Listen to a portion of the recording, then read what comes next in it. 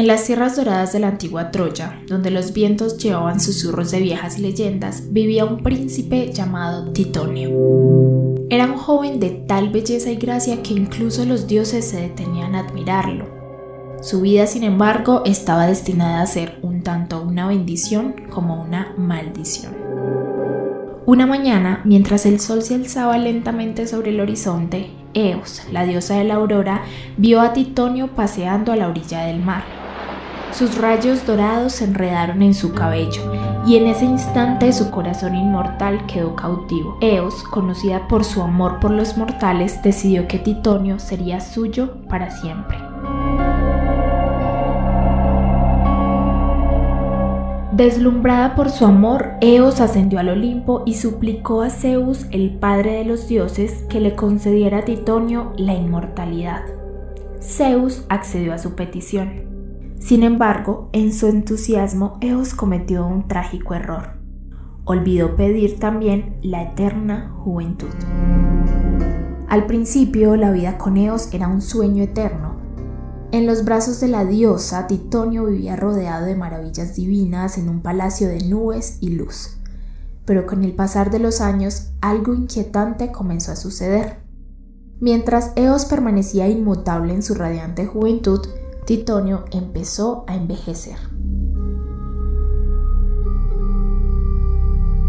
Sus cabellos dorados se volvieron grises, su piel suave se arrugó y sus fuerzas comenzaron a menguar. La inmortalidad se transformó en una carga insoportable. Día tras día, Titonio suplicaba a Eos que le permitiera morir, que liberara su alma de aquel cuerpo marchito.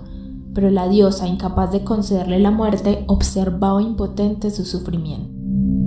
En su desesperación, Eos tomó una decisión final. Con un toque suave de sus dedos divinos, transformó a Titonio en una cigarra que, aunque envejecía, nunca iba a morir. En su nueva forma, Titonio podría cantar eternamente su lamento. Su voz resonando a través de los campos y bosques, un eco eterno de amor y pérdida. El mito de Titonio en la mitología griega. Esta historia que acaban de escuchar nos recuerda que la inmortalidad sin la eterna juventud puede ser una maldición. Y es que probablemente la mayoría de ustedes desearía vivir mucho tiempo, pero nadie quiere ser viejo. De aquí surge una pregunta que ha intrigado a la humanidad incluso desde la antigua Grecia. ¿Por qué envejecemos?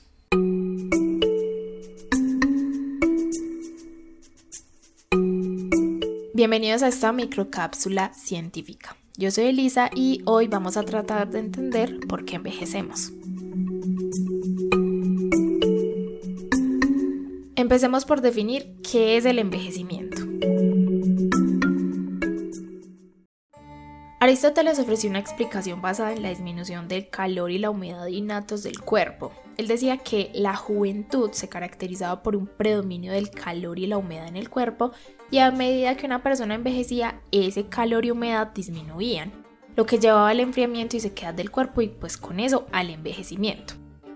Esta comprensión de la biología que tenía Aristóteles era muy primitiva según lo que en la actualidad conocemos, pero su trabajo representa uno de esos primeros intentos sistemáticos por explicar el proceso del envejecimiento desde una perspectiva científica y filosófica.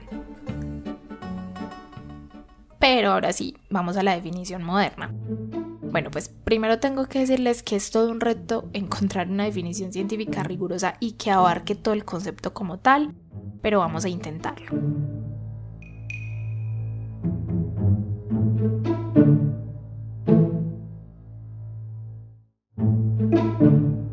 El envejecimiento es la disminución y pérdida progresiva de ciertas capacidades y funciones. Es, por así decirlo, un desgaste del cuerpo y se da por una acumulación de daños a diferentes niveles, fisiológico, celular y molecular.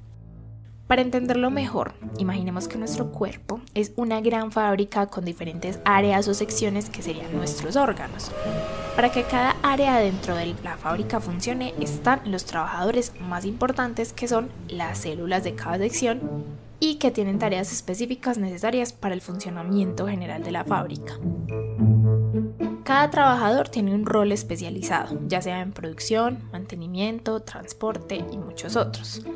Ahora, Toda fábrica debe tener un manual de instrucciones, que en nuestro caso es el ADN. Ese manual dicta cómo deben funcionar los trabajadores, las células y los departamentos, los órganos, asegurando que todo opere en buenas condiciones. Pero, como en toda fábrica, pueden haber factores externos e internos que hagan que con el tiempo los procesos no sean tan fluidos. Entonces, los productos de desecho se empiezan a acumular, los sistemas de respaldo fallan, los mecanismos de reparación se descomponen gradualmente y la fábrica simplemente se va desgastando. Claro que aquí tenemos trabajadores y secciones con muchos mecanismos para reparar esos daños, pero a medida que van pasando los años se vuelven menos efectivos. Entonces, en esta fábrica que llamamos cuerpo, la estructura física, que son nuestros huesos y músculos, se ablandan.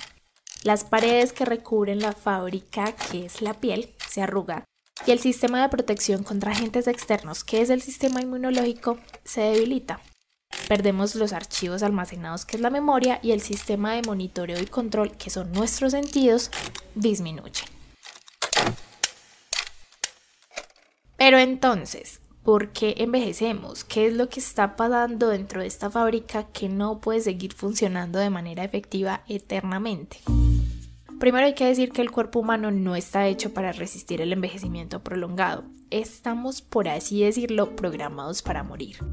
Pero también las interacciones con el medio ambiente provocan cambios en la estructura y la función de las moléculas y células del cuerpo, acumulando daños a lo largo del tiempo.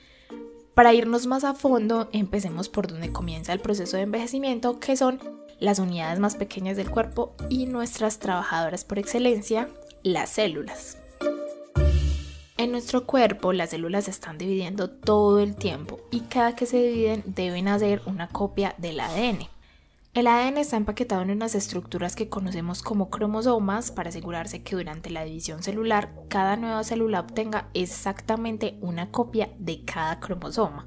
El problema es que la replicación del ADN no es del todo perfecta y en cada división se pierde un poquito de ADN. Y esto es importante porque si una célula pierde su ADN, pierde su función. Entonces, para proteger la información importante tenemos a los telómeros, que son repeticiones de ADN que, digámoslo así, no contiene información tan relevante.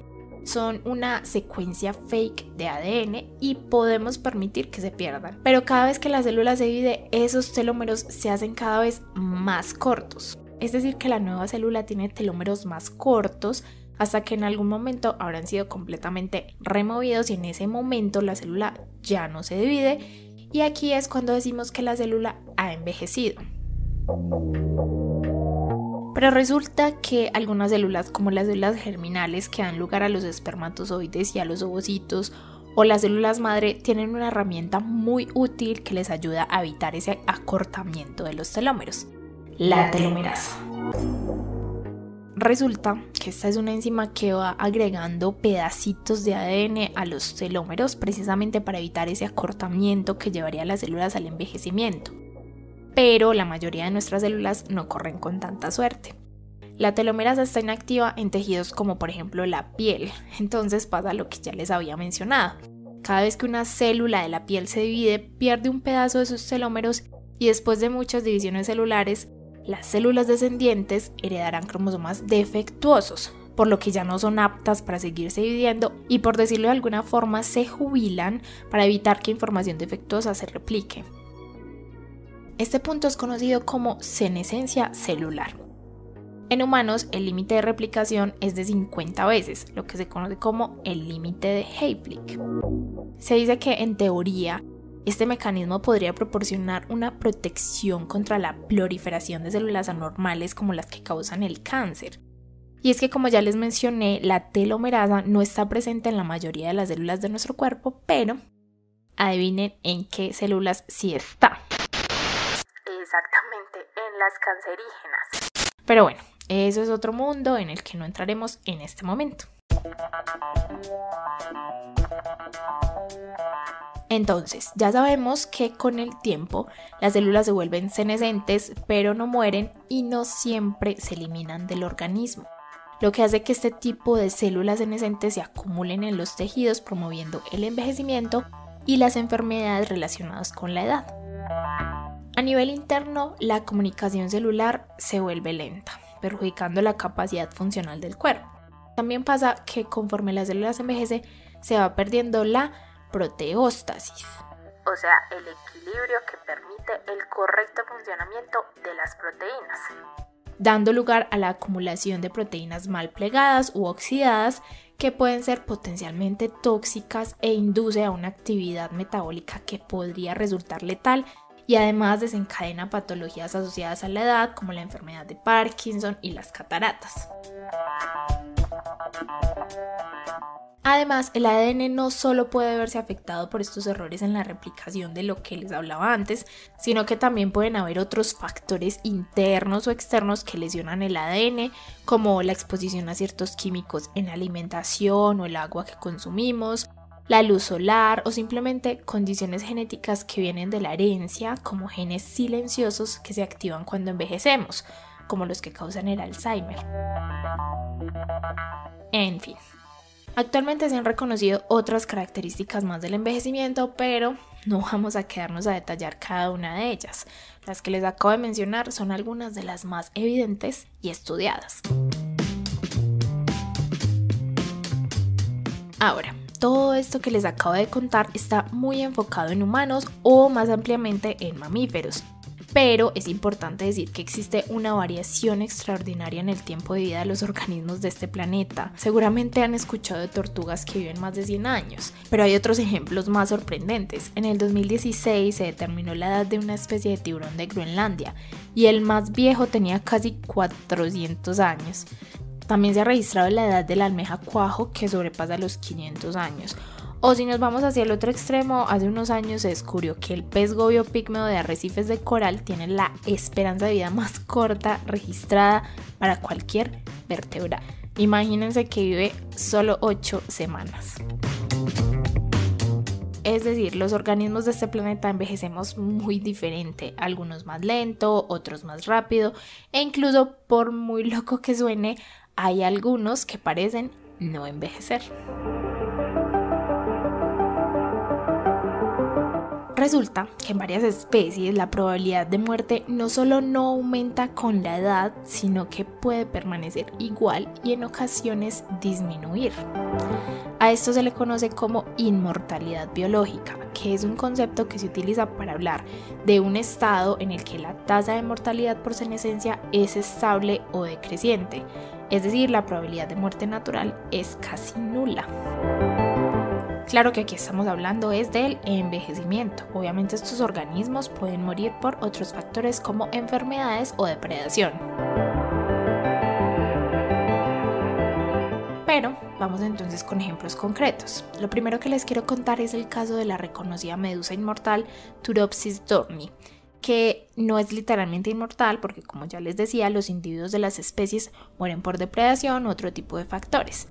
Pero aquellos que viven lo suficiente pueden rejuvenecer y una vez más pasar por todo el ciclo de vida, e incluso hacerlo varias veces. Como sucede con la mayoría de las medusas, ese ciclo de vida incluye una etapa sedentaria y asexual conocida como pólipo y una etapa nadadora y sexual llamada medusa. Hasta aquí todo normal, es el ciclo de vida de todas las especies de medusa. Pero cuando esta especie en particular sufre daños físicos o sufre situaciones de estrés, en lugar de morir se encoge sobre sí misma, reabsorbiendo sus tentáculos y perdiendo la capacidad de nadar. Luego se asienta en el fondo marino como un quiste con forma de burbuja. Pasa un día completo y esa masa se transforma en un nuevo pólipo, la etapa anterior de la vida de la medusa. Y después de madurar se transforma de nuevo en medusa. O sea, es como si una mariposa, en lugar de morir, pudiera transformarse de nuevo en una oruga y luego volver a ser una mariposa adulta una vez más. Mejor dicho, una locura. Un animal que puede volver a su juventud en cualquier momento de su adultez.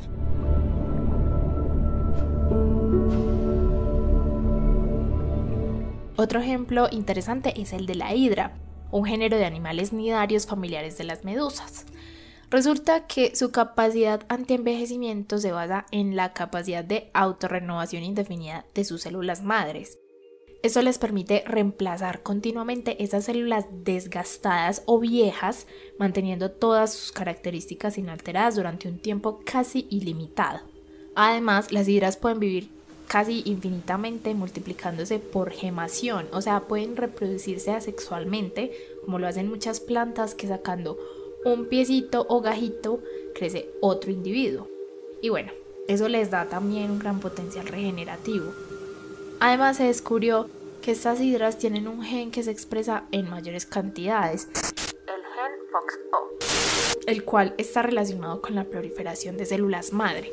En fin, se han encontrado cosas tan interesantes sobre las hidras que no dejan de sorprender. Por ejemplo, en el 2013, un grupo de científicos publicaron en la revista Nature que el riesgo de muerte por envejecimiento es tan pequeño para estos bichitos que las estimaciones indican que el 5% de los adultos seguirían vivos después de 1400 años.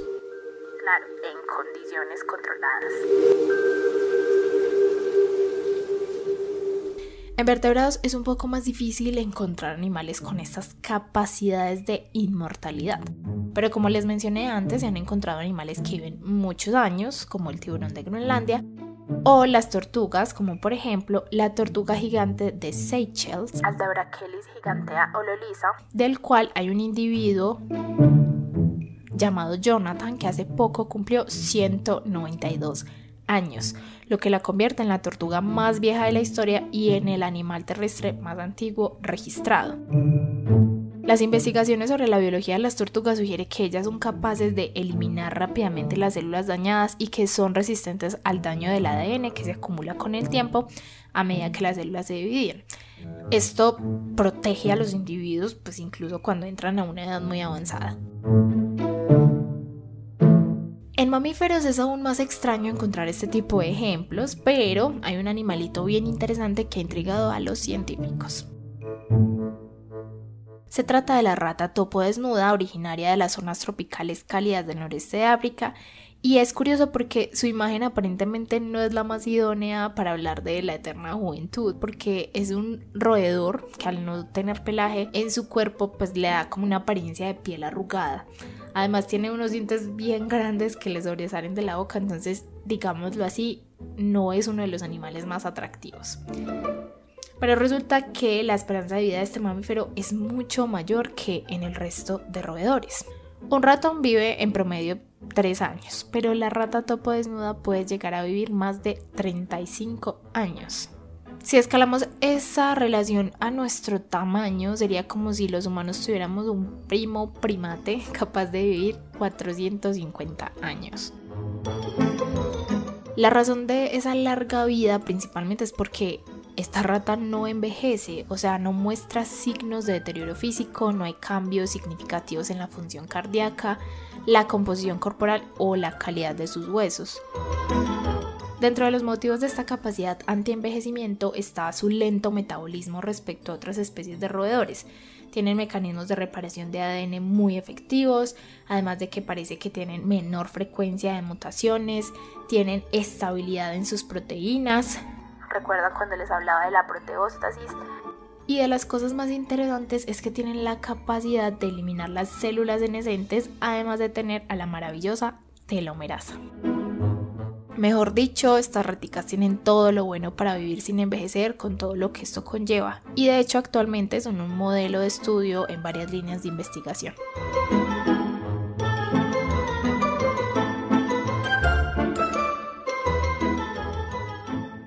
Pero bueno, podría quedarme hablando de muchos otros ejemplos interesantes sobre organismos que no envejecen o que lo hacen muy lento y cuáles son los mecanismos celulares y moleculares de estas especies para tener esas capacidades.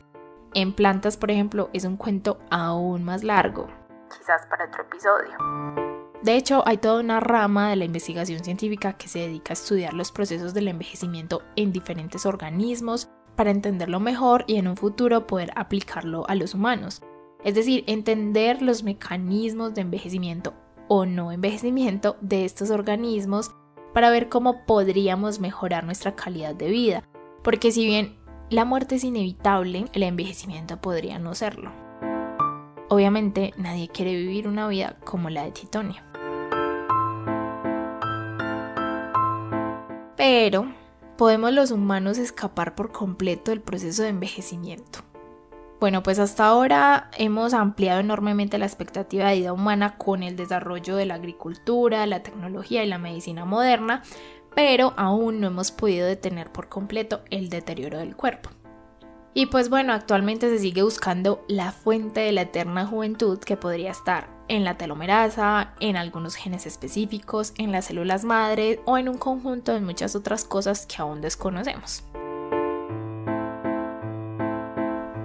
También se genera una cuestión importante, y es si realmente nuestro cuerpo debe, como proceso natural, envejecer para evitar otras complicaciones. Por ejemplo, si lográramos la estimulación de la reproducción de las células madre, que no está, digámoslo así, programada en nuestro desarrollo, esto podría tener consecuencias impredecibles como las alteraciones en el funcionamiento normal de los respectivos órganos o incluso la aparición de múltiples tumores.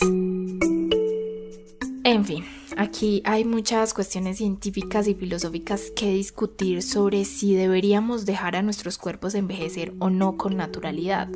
Porque de igual forma, en la actualidad muchas de las mejoras en la calidad de vida de los seres humanos no son para nada naturales. ¿Ustedes qué opinan? Los dejo aquí con esa reflexión. Hasta aquí esta microcápsula científica. Muchas gracias por escuchar y nos encontramos en otra ocasión.